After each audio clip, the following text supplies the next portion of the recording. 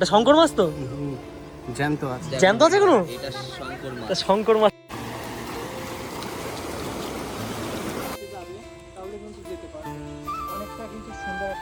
আমরা কিন্তু মনে হচ্ছে একটা গোল সার্কেলের ভিতর দিয়ে প্রবেশ করছি। আমার মনে হয় দীঘা সমুদ্র সৈকতের থেকে এটা 100 গুণ বেশি ভালো কিন্তু পেলাম। দেখতে পাচ্ছেন কাঁকড়াটাকে সামনে থেকে। আজকে সকালটা কিন্তু অনেকটাই খারাপ বলতে গেলে, বৃষ্টি পড়ছে, কিন্তু আমরা যেহেতু এসছি এখানে আর এখান থেকে চারিদিক ঘুরবো, তার জন্য কিন্তু সাইট সিনের জন্য এই যে দাদাটাকে পেয়ে গেলাম। তা এই দাদার সাথেই যাব আমরা এখন সাইট সিনে। 5টা জায়গা ঘুরিয়ে দেখাবে ভালো মতো। আর দাদা স্টপেজ কিরকম দেবা, মানে কত মিনিট, 15 মিনিট 20 মিনিট এরকম, মানে একটা জায়গায় দাঁড়াতে হবে? ইন টোটাল আমরা ঘোরাই প্যাকেজ আমাদের 1.5 ঘন্টা, 2.5 ঘন্টা। 2.5 ঘন্টা? 2.5 ঘন্টা প্যাকেজ। 2.5 ঘন্টার প্যাকেজ। তা 5টা জায়গা কি কি বললে জায়গাটার নাম? হেন্ডি আইল্যান্ড, বেনফিস, Kargil sea beach, eco park, Fraserganj. এই 5টি জায়গা আমাদের এখানে আছে। তাই এখান থেকে দাদা হেনরি আইল্যান্ড কত কিলোমিটার আছে? 9 কিলোমিটার এখান থেকে হেনরি আইল্যান্ড। তা আমরা এখন প্রবেশ করছি যে জায়গাটায়, জায়গাটা একটু দেখুন, জাস্ট অদ্ভুত টাইপের, একটু ভয়ানক ভয়ানক জায়গা। আর আজকের ওয়েদারটা কিন্তু অনেকটাই খারাপ, কিন্তু আপনারা যদি আসেন অবশ্যই কিন্তু ওয়েদারটা দেখে আসবেন। যদি এরকম ওয়েদার হয় একটু ঘোরা চাপের।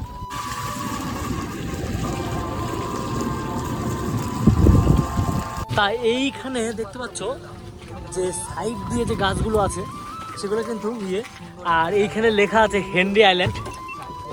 তা হেনরি আইল্যান্ড কিন্তু এখান থেকে শুরু। তা সামনের দিকে যাই দেখি। আর রাস্তাঘাট একটু পরিস্থিতি খারাপ হলেও জায়গাটা কিন্তু অনেকটাই সুন্দর।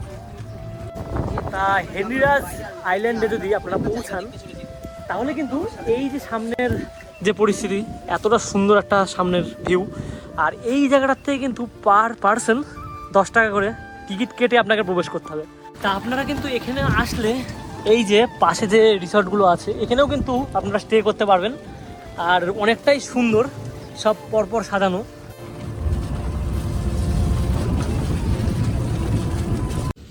তা এইখানে কিন্তু আমরা কিন্তু এখন চলে এসেছি হেনরি আইল্যান্ডের একদম ভিতরে। আর এই জায়গাটায় আসার পর এই জায়গাটায় সবচেয়ে যে টপ পয়েন্ট, যেটাকে বলে ওয়াচ টাওয়ার, সেই জায়গাটায় কিন্তু আমি দাঁড়িয়ে আছি। আর এখান থেকে নিচের ডিস্টেন্সটা দেখতে পাচ্ছেন কতটা বেশি। আর সত্যি কথা বলতে চারিপাশের যে ভিউটা সেটা কিন্তু জাস্ট অসাধারণ। আর দেখতে পাচ্ছেন চারিপাশে সমুদ্র গাছ দিয়ে, আর এই পাশে আমরা দাঁড়িয়ে এত উঁচু। আর সব থেকে বলতে গেলে এই জায়গাটায় কিন্তু অনেকেই আসে কিন্তু এই জায়গাটায় উঠায় না। তা দাদা কিন্তু আমাদের নিজে দায়িত্ব করে মানে এই জায়গাটায় আমাদের নিয়ে আসলো এবং উপরে এসে বললো ভিউগুলো দেখে নিন। তা হ্যাঁ, অফিস থেকে দেখলাম চাবিটা নিয়ে আসলে। তা এই জায়গার থেকে দেখুন ভিউটা কি সুন্দর দেখতে লাগছে চারিপাশটা। আর যে ওই যে মাঝের যে ফাঁকাটা দেখতে পাচ্ছেন দূরে, এই যে আমার আঙুল সোজাসুজি, ওই জায়গাটা থেকে কিন্তু পুরো দেখা যাচ্ছে ওটা কিন্তু সমুদ্র। এখন তো ওয়াচ টাওয়ারে উঠলাম আর ওয়াচ টাওয়ারের থেকে দেখালাম সব জিনিসগুলো। আর এখন আমরা নিচে যাচ্ছি, আর এই পাশে এখান থেকে যে পথটা দেখতে পাচ্ছেন সেই পথটা কিন্তু অনেকটাই কাদা হয়ে গেছে। আর এইখান দিয়ে আমরা এখন যাব হেনরি আইল্যান্ডে, দেখবো লাল কাঁকড়ার দর্শন পাই কিনা। তা চলো নিচের দিকে। পিছনে যে দেখতে পাচ্ছেন এটাই কিন্তু ওয়াচ টাওয়ার। তা আমরা এখন এই রাস্তা দিয়ে যাচ্ছি, আর রাস্তার পজিশন খুব বেশি ভালো না। তা দাদাকে তাও রিকোয়েস্ট করে করে নিয়ে যাওয়া হলো, অনেকটাই বেশি কাদা। এটা কিন্তু টোটো স্ট্যান্ড, আর এই জায়গাটাই আমাদের দাদা দাঁড় করিয়ে দিল। সামনে দেখতে পাচ্ছেন যে রাস্তাটা, এই রাস্তা দিয়ে গেলেই কিন্তু আমরা সমুদ্র সৈকত মানে হেনরি আইল্যান্ডের একদম সামনে পৌঁছে যাবো। আর এই জায়গায় বন্ধুরা কাদাটা দেখুন, তাই এই কাদার মধ্যেই কিন্তু যাচ্ছি। এই কষ্টটাকে কষ্ট মনে হয় না যখন মানুষ ভালোবাসা দেয় আর বলে সুন্দর হয়েছে। তা আপনারা কিন্তু অবশ্যই একটা কমেন্ট করে। আমরা এগোচ্ছি আর সামান্য কিছু দূরে গেলেই কিন্তু আমরা পেয়ে যাব সেই জায়গাটা।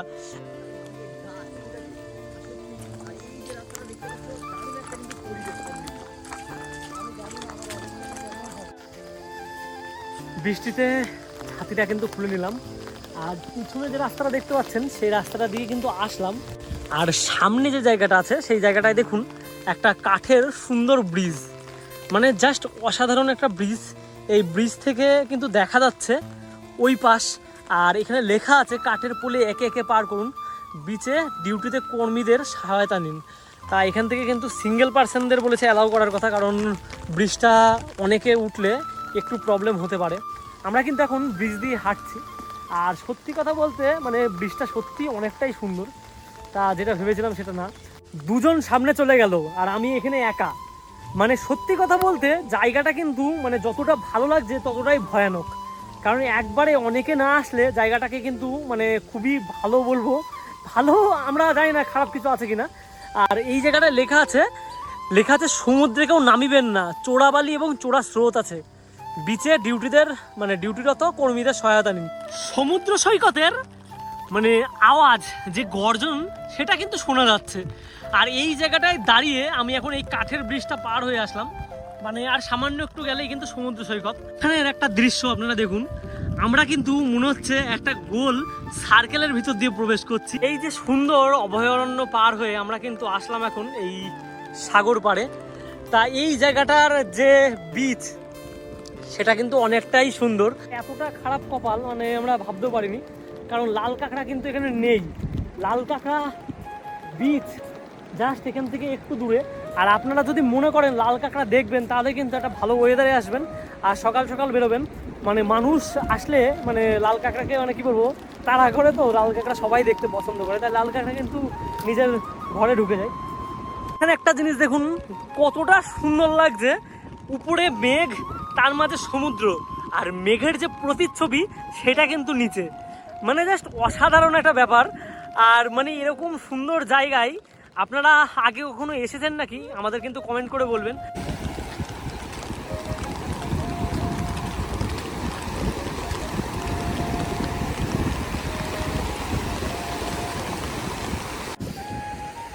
এই যে সমুদ্র সৈকত, এত বিস্তীর্ণ বিচ, তাই এই বিচের এইখানে কিন্তু সমুদ্র সৈকতে যে মানুষের যে মানে বলতে গেলে অ্যালাউ যেটা সরকার করে, বলে যে না এই বিচটা ভালো, তাই এই বিচটার স্বীকৃতি কিন্তু এই জায়গাটা পায়নি।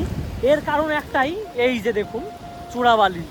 এই চোরাবালির জন্যই কিন্তু এই জায়গাটা স্বীকৃতি পায়নি, কারণ এখানকার বালিগুলো মানে এমন টাইপের যে আপনাকে আস্তে আস্তে সমুদ্র প্রান্তরে নিয়ে চলে যাবে।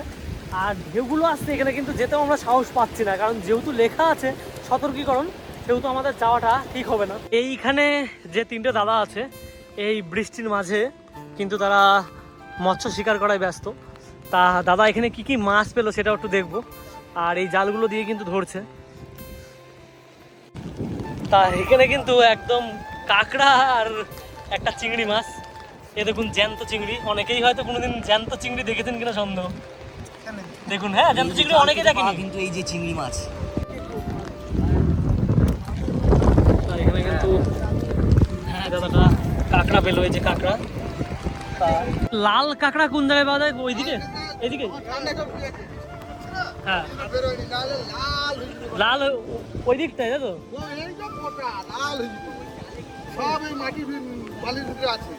ও তো অবশেষে লাল কাঁকড়ার দর্শন পেলাম, এই যে লাল কাঁকড়া। আর এখানে কিন্তু আরেকটা ছোট আছে এই পাশে, আর দেখতে পাচ্ছেন এই যে এই পাশে ওই যে দূরে দাঁড়িয়ে আছে, এই যে একটু জুম করে দেখায় কারণ নিচে আছে। আরে বাপ রে বাপ, জুম করে তোমাদেরকে দেখাচ্ছি। বন্ধুরা দেখুন ওই দেখুন লাল কাঁকড়া কতগুলো।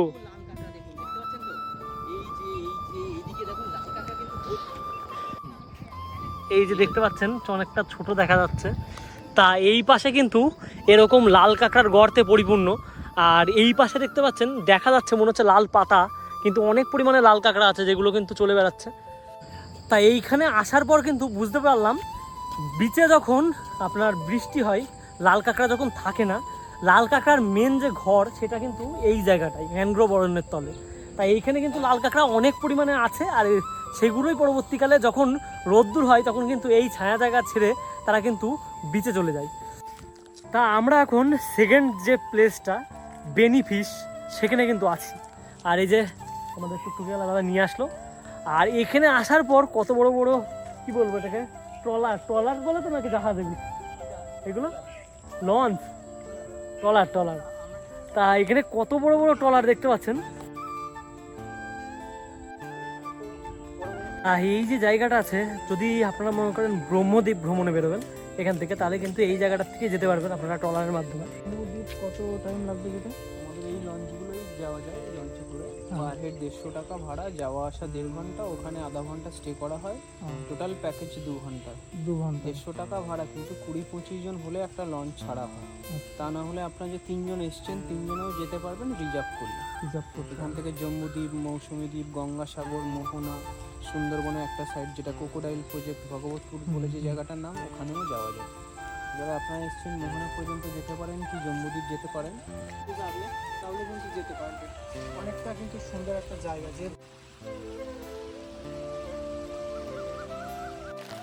তা এই জায়গাটায় যে আসলাম, তা এখানে আসার পর কিন্তু এই জায়গা থেকে অনেক জায়গায় যাওয়া যায়। আপনারা যদি মনে করেন এখান থেকে যাবেন, তাহলে কিন্তু অবশ্যই এই ট্রলারে বললো নিয়মটা যে আপনার যদি পার হেড 150 টাকা করে ভাড়া, আর যদি মনে করেন আপনারা 2-3 জন যাবে, তাহলে কিন্তু পুরোটা বুকিং করে যেতে হবে আপনাদের লঞ্চ।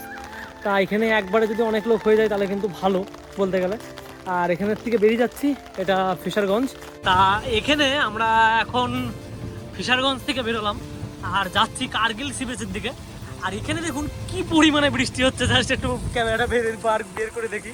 এই রাস্তার পরিস্থিতি এরকম, আর সত্যি কথা বলতে বৃষ্টিতে ভিজে মানে এতটা ভাবিনি যে কষ্ট করে ভিডিও করতে হবে। ঠিক আছে, আপনারা বাড়ি বসে উপভোগ করুন, কিন্তু আপনারা যখন আসবেন তখন হয়তো ওয়েদারটা অনেক ভালো থাকবে আর আপনারা এই জায়গাগুলো ভালো মতন ভিজিট করতে পারবেন। তা আমরা কিন্তু এখন সমুদ্র সৈকতের পাশ দিয়েই কিন্তু রাস্তা, যেটা অনেকটা দেখতে মেরিন ড্রাইভের মতো, তা সেটা দিয়ে কিন্তু যাচ্ছি। এই দেখুন পাশ দিয়ে সমুদ্র সৈকত, আর কত সুন্দর একটা দৃশ্য। এটাই কার্গিল সি বিচ, তা এটাই কিন্তু কার্গিল সি বিচ। আর দেখুন কি সুন্দর দেখতে লাগছে পাশে, এই যে রাস্তার পাশ দিয়ে কি সুন্দর সমুদ্র সৈকত।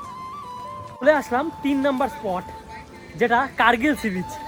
আর সেখানে আসার পর কিন্তু এই যে একটা মেরিন ড্রাইভের মতন একটা মানে দেখতে সুন্দর একটা জায়গা, তা রাস্তার পাশ দিয়ে এইভাবে সমুদ্র সৈকত। তা এখানে কিন্তু কাদা অনেকটাই বেশি, আর যদি বৃষ্টিটা না হতো হয়তো এতটা কাদা থাকতো না। আর এই পাশ থেকে দেখুন কতটা সুন্দর সমুদ্র সৈকত। একটু সামনের দিকে যাই। তা কার্গিল সি বিচে কিন্তু এই যে বসে থাকার আনন্দ, এটাই কিন্তু একটা ভরপুর মজাদার জিনিস। তা আমি কিন্তু কাদার মধ্যে নেমে গেলাম।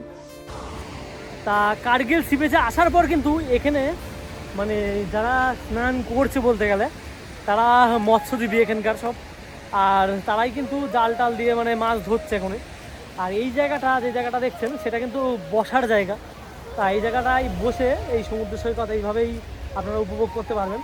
এই যে এই দাদার কাছে মাছ আছে, তা এই দাদা এখান থেকে জালে ধরেছে। কি মাছ পেয়েছে একটু দেখি ভালো করে।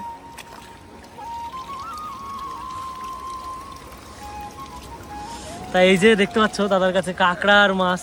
ওই তো জাল দাদা দাদা একটা বার আমি এই পাশে ধরছি, তুমি যদি শঙ্কর মাছটা একটু বের করো। জাস্ট এরকম ভাবে আমি কোনোদিন শঙ্কর মাছ এত সামনে থেকে কোনোদিন দেখিনি। এটা শঙ্কর মাছ তো? জ্যান্ত আছে। জ্যান্ত আছে কোনো? তা শঙ্কর মাছের এই যে দেখতে পাচ্ছ দাদা নিয়েছে। তা কি সুন্দর দেখতে লাগছে, এখনো জ্যান্ত আছে বলছে। সবই মোটামুটি পাওয়া যায়, কাঁকড়া থেকে শুরু করে সব। আর এখানে কি চোরাবালি আছে নাকি? এই জন্যই মনে হয় হচ্ছে মানে অনুমতি দেয় না স্নান করার, তাই না? চোরাবালিটার ব্যাপারটা কি গো, মানে ব্যাপারটা কি ব্যাপারটা? মানে গেলে হ্যাঁ ঢুকে যাবে। রিক্স এরকম হয়েছে কোনোদিন? ওই সাইডে হয়েছে তাই তো? তা দাদার কাছ থেকে শুনলাম এখানে নাকি চোরাবালি আছে। আর চোরাবালির ব্যাপারটা এইভাবে, আপনি যদি থাকেন সমুদ্র ঢেউ আসলে আস্তে আস্তে ভিতরের দিকে ঢুকে যাবেন। তা এরকম দাদাদের সাথেও হয়েছে অনেকবার, কারণ দাদারা এখানকার স্থানীয় বাসিন্দা। তা তার জন্যই কিন্তু এই জায়গাগুলোকে মানে স্নান করার যে স্পট, এটা করে না। তা এখানে তাহলে দেখুন কত সুন্দর সমুদ্র সৈকত ছিল, তার পাশে এত সুন্দর জায়গা। অবশ্যই কিন্তু দোকানপাট দিয়ে একটা ভালো স্থান তৈরি করতে পারতো, কিন্তু না, যেখানে চোরাবালি আছে সেসব জায়গায় কিন্তু এইভাবে একটা সুন্দর বিচ গড়ে ওঠে না। তা এই জায়গাটাই আমরা এখন যাচ্ছি। এই জায়গার থেকে বেরিয়ে 3টে স্পট তো দেখলাম, এবার 4 নাম্বার স্পটের দিকে আমরা যাচ্ছি। তা আপনাদের কেমন লাগছে ভিডিওটা অবশ্যই কিন্তু জানাবেন। আর এরকম দেখি আরও কিছু সৌন্দর্য সামনে অপেক্ষা করছে হয়তো। তা আমরা এখন চলে আসলাম ফেজারগঞ্জ, আর এটা কিন্তু 4 নাম্বার স্পট। আর এখানে আসার পর কিন্তু দেখছি পিছনে এই যে ট্রেন দিয়ে কাজ চলছে, কারণ এদের যে রেমাল বলে যে ঝড়টা হলো কয়েকদিন আগে, রেমান, তা নামটা নিয়ে অনেকের সংশয় আছে, তা সেটাতে কিন্তু কোনো অসুবিধা হয়নি, কিন্তু আমফান অনেক দিন আগে হয়েছে কিন্তু সেটার রেস আজও কাটেনি এই জায়গায়। দেখুন এখনো পর্যন্ত ঠিক করে যাচ্ছে ট্রেনের সাহায্যে সেই ব্রিজটার পাশ দিয়ে। আর এই যে সামনে দেখতে পাচ্ছেন এটা গঙ্গা মায়ের মন্দির, যেটা ফেজারগঞ্জে আছে, দেখলাম এত সুন্দর মন্দির। তা আমরা কিন্তু মন্দিরের ভিতরে প্রবেশ করবো একটু, আর ভিতরে প্রবেশ করতেই একটু দেখছি সামনে থেকে কি কি দেখা যায়। এই যে আমরা এখন গঙ্গাবাইয়ের মন্দিরের কাছে প্রবেশ করলাম। মন্দিরের ভিতরে এই যে মা গঙ্গা দেবীর একটা মূর্তি আছে, যে মূর্তিটা আপনারা দেখতে পাচ্ছেন। তার পাশাপাশি এই যে আরও কিছু মূর্তি, গঙ্গাবাইয়ের যে মূর্তি সেটা দেখতে পাচ্ছেন, তার নিচে দেখুন একটা মূর্তি আছে। এটা দেখুন পুরো মনে হচ্ছে একটা মেয়ে তাকিয়ে আছে আমাদের দিকে, পুরো একদম অরিজিনাল। আমি পুরো মানুষ মনে করেছিলাম প্রথমে। তা এখানে কিন্তু মনসা দেবী, গণেশ সবই কিন্তু আছে, কিন্তু অন্যরকম কালার করা। আর এই পাশে আমি দেখালাম একটু আগে যেটা, কত বড় ক্রেনটা, যে ক্রেনের সাহায্যে কিন্তু ওই কাজগুলো করা হচ্ছে। আর তার সাথে সাথে আছে একটা পুরনো বাড়ি, যেই বাড়িতে বেষ্টিত করে আছে অশোক গাছ। সেই অশোক গাছের এই জায়গার স্মৃতি কিন্তু অনেক অংশেই মিশে গেছে এই আমফান ঝড়ে। তা এই জায়গায় কিন্তু যদি আসেন তাহলে কিন্তু এই যে বড় সিস্টেম রাডার, এটা কিন্তু দেখতে পাচ্ছেন উপরে রাডার ঘুরছে। আর এই জায়গাটাই টারবাইনও আছে তার পাশে। আর এরকম 2 থেকে 3টে স্টল আছে, যেখানে চা বিস্কুট, মানে ছোটোখাটো, খুব বেশি না বলবো না, ছোটোখাটো কিছু পাওয়া যায় খাওয়ার জিনিস। তো দাদা কিন্তু 4টে স্থান ভালো মতন দর্শন করিয়ে দিল, আর একটা স্থান বাকি আছে, তা সেইখানে কিন্তু যাব। আর এখন এই যে বৃষ্টিটা প্রচুর পড়ছে, আমার ভিজে গিয়েছে পুরো, দেখতে পাচ্ছেন সারা গা ভেজা। তা চলো দাদার সাথে যাওয়া যাক, চলো দাদা। তা আমরা কিন্তু এখন এই যে দেখতে পাচ্ছেন বকখালি ইকো পার্ক আর টেন্টসের ভিতরে প্রবেশ করছি। তা এই জায়গাটার এই যে রাস্তা এরকম, তা দেখি এখানে ভিতরে যে কি কি আছে। আমরা কিন্তু এখন পৌঁছে গেলাম 5 নাম্বার স্পট, যেটা ইকো রিসর্ট অ্যান্ড হোটেল। তা ইকো রিসর্ট অ্যান্ড হোটেল নাকি ইকো রিসর্ট অ্যান্ড টেন্ট, তাই এখন কিন্তু পৌঁছে গেলাম লাস্ট স্পটে। তা এখানে কিন্তু দেখতে পাচ্ছেন যে অনেক গাড়ি দাঁড়ানো, আর তার পাশেই কিন্তু একটা এরকম স্পট, যে স্পটটা কিন্তু অনেকটাই বেশি সুন্দর লাগছে দেখতে। আর তার পাশাপাশি এই জায়গায় যে বাচ্চাদের অ্যাক্টিভিটিস আছে সেগুলো কিন্তু দেখতে পারবেন। এই যে ঝিলটা দেখছেন তার পাশ থেকে কিন্তু এই যে স্লাইডগুলো আছে, আর কিছু বাচ্চাদের খেলার জায়গা আছে। আর তার পাশে কিন্তু এই যে ঝাউবনটা, এটা পেরোলেই কিন্তু সমুদ্র সৈকত। তা হয়তো এই জায়গাটার থেকে আপনারা সমুদ্র সৈকত দর্শন করতে পারবেন ভিতরে গিয়ে। তা এখানে কিন্তু ভিতরে একটা এই যে টারবাইন আছে, তা এই জায়গায় আপনারা যদি মনে করেন ভিতরে আসবেন, বাচ্চাদের জন্য কিন্তু অনেক অ্যাক্টিভিটিস আছে। আর সামনে এই যে ডাইনোসর দেখতে পাচ্ছেন। আর তার পাশাপাশি খাওয়া থেকে শুরু করে, মানে যদি মনে করেন টেন্টের ভিতরে থাকবেন, ওই যে টেন্ট করা আছে। তা আমরা কিন্তু সত্যি কথা বলতে 20 টাকা মাথা পিছু দিয়ে এর ভিতরে প্রবেশ করবো না। হয়তো আপনারা বলতে পারেন কিপটে, কিন্তু বাচ্চাদের জন্য অনেক কিছু আছে, কিন্তু আমাদের জন্য কিছুই নেই। যাওয়াটা পুরোপুরি ফালতু হবে, কারণ এখনই যাবো, আর বৃষ্টি যেরকমভাবে পড়ছে সেটার জন্য কিন্তু ভিতরে গিয়ে আমরা কোনো রকম এনজয়মেন্ট এবং ভালো কিছু দেখানোর পরিস্থিতি, মানে থাকবো না পরিস্থিতিতে। তা চলো 5 নাম্বার স্পট দেখা হয়ে গেল, এবার রুমের দিকে যাই। অনেকটাই ভালো লাগলো 5টা স্পট দেখে, আর দাদা খুব কম সময়ের মধ্যেই মোটামুটি দেখিয়ে দিল। তো আমরা যে হেনরি আইল্যান্ড আছে সেটাতে অনেক সময় নিয়েছি নিজেরা, তা লাল কাঁকড়া দেখেছি। তো চলো দাদা, ভালো লাগলো তোমার সঙ্গে এরকমভাবে ঘুরে 5টা স্পট খুবই সুন্দরভাবে দেখি।